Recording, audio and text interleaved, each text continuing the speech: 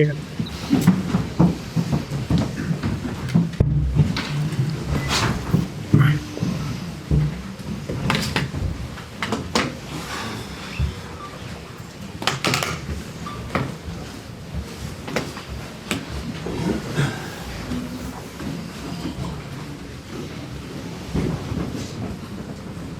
Abram, start with Damien and then go to Luke, please. Damien Sparrow.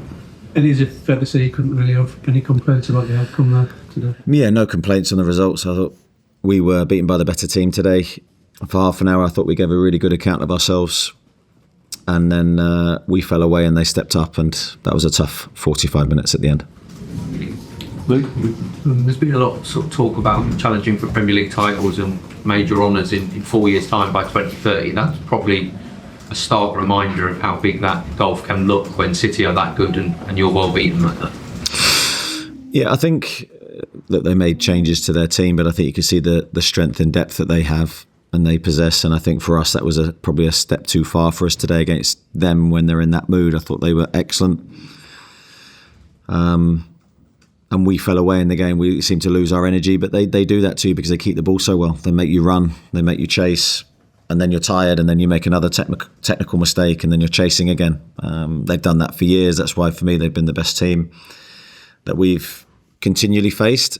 And I felt today they were in a really good place, and we just fell out of energy. Thank you. Thank you. Go to Jordan and then to Daniel, please. Jordan. Hi, you're at the FA Cup and 12th in the Premier League. Is your season now hinge on success in the Champions League? Well, yeah, I mean, in terms of trying to achieve something really memorable, yes. So all energy, all focus now goes on to Tuesday.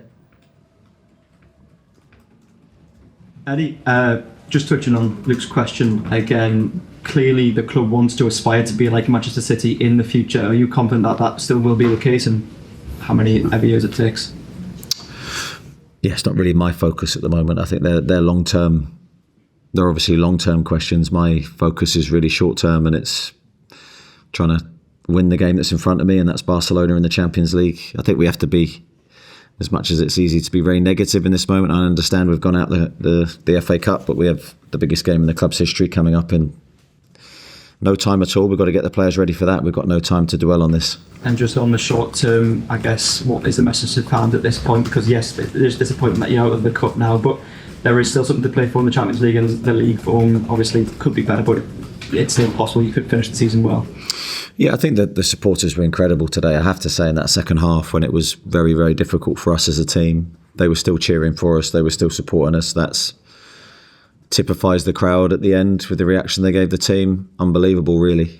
And I was saying that as we were walking around. This is a really unique football club full of incredible people, and we're going to need every single person that enters the stadium on Tuesday to try and make the difference for us. Thank you. We'll go to Scott, Lee, and then to Craig, please. Scott. I know we've talked about this a few times anyway, I just wonder what you thought of kind of Nick today in midfield, and it felt like when he first moved there, even leaving for a little while, it seems like the last couple of times he's played there, he's found it a lot more difficult maybe. Yeah, I think for any of our midfielders today, it was difficult because they keep the ball so well, they do what they do brilliantly. I think that's a difficult game for Nick. When we're not in possession of the ball, his best qualities are going to be shown when we have the ball. But then I think you look at it a different way and go, we had three fit and available players to play in there today. Joelinton, we didn't want to start. We felt it was too bigger injury risk today. So, we were running out of options in there. So I thought he did a good job for the team. I've got no issue with his attitude. He's just come off the back of quite a bad illness, actually. So to get through the minutes he did, I was pleased with him. He'll play a lot better than that. We'll play a lot better than that and see a better version of him in there, I'm sure. Thank you. Lee? Eddie, the team started with good intensity and obviously you had the lead with that. But then did it become a sort of tactical battle that we just couldn't get past in the end? I don't think it was necessarily a tactical problem for us. It was more the way they play and how good they are technically.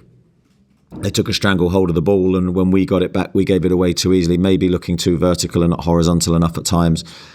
And then as soon as you make a technical mistake against you, you're not seeing the ball again for long periods, and then your energy just drains away.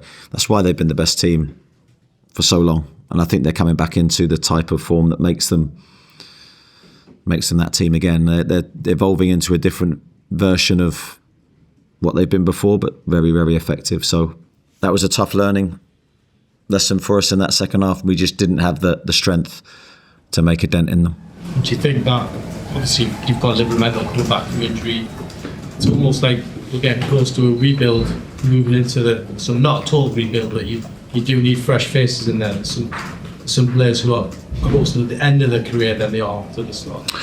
Yeah, I don't think that's a conversation for now, of course. I think you're always in slight rebuild, you're always in slight transition, because football changes very quickly, and we're in a cycle where we just need to get some players back fit and get some of the strength back in the group. Again, I couldn't use Jacob Murphy today because of a neck problem, which he suffered yesterday, and wanted to see how he felt in the warm-up to see if I could use him. So we were really stretched today again, and I think the lads that played gave everything, but we ran out of energy.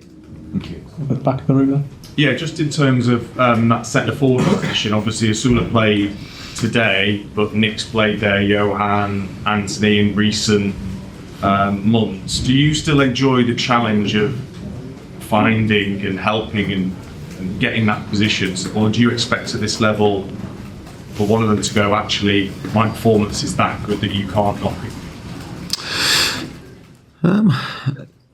I think Anthony's done that in recent weeks, in my opinion. I think he's played really well in that position. I think he's led the line well. I think he enjoys the responsibility of it. So I think his performances have been very good. Nick's played there, of course, and he continued to play there. I've got no doubt about his abilities. For me, the position stuff is sort of immaterial. He'll end up in between lines. That's where he's at his best, whether he starts high or whether he comes from a deeper position. He needs to exist in there for us to see his best qualities.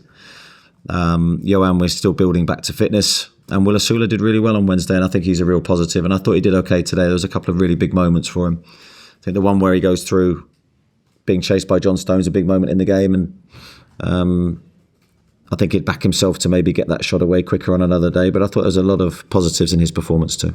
Thank you. Craig? Yeah. Eddie said you made 10 changes, you made 4, but it was almost as if the impact was great, I felt, on yourself. Does that sort of exemplify where you're at on your respective journeys? And you took out the spine, you've explained Joelinton, Dan Verne, Joelinton, Anthony Gordon, but you're just not in a place right now where you can shuffle that spine in terms of the steel and energy you provide to be able to create on Wednesday, of course. Yeah, I think we're in a difficult spot, Craig, because we're trying to get through the games and perform and to win, but we're also trying to navigate and keep players fit, which is very, very difficult to do. The combination of the two, I don't think we've got the strength at the moment to make loads of changes and keep the same strength in our performance. We tried to do it with a couple of key players today that we had to protect. Like Anthony Gordon's come in with an ankle problem. We had to protect him today. We had to protect Joelinton today with past experience. These players are too big to lose. Big Dan Burn was more of a choice to play Sven. Sven's a top quality player. Other than that, we were near enough at full strength. Chris? Eddie, am I right? Did I hear you say that you think Tuesday is the biggest game in the club's history coming up? And if so, can you just explain why you think it is such a big game? Well, we've never been in this position in the Champions League before, and it's the best competition there is. So I think for obvious reasons, I think it's a massive game in our history, and we need to approach it that way. We need the supporters to think that way, and we need to try and find some energy from somewhere that will elevate our performance to a level that we've not seen before this season, because I think that's the only way we'll get through. I mean, you just mentioned the energy. You've obviously had the playing with 10 men on Wednesday and then the game tonight. It's quite a quick turnaround for Tuesday as well. Yeah, it's a disappointment really for us, because we played Manchester City twice, once off extra time in the FA Cup the first time, and then today off the back of playing with 10 men, and I think we've gone into both pivotal cup ties maybe not in our best place. There's no excuse. They were magnificent today and we weren't, but it's been a challenging period for us, and we're still trying to battle our way through it. Okay. Thank you, everyone. Cheers. Thank you.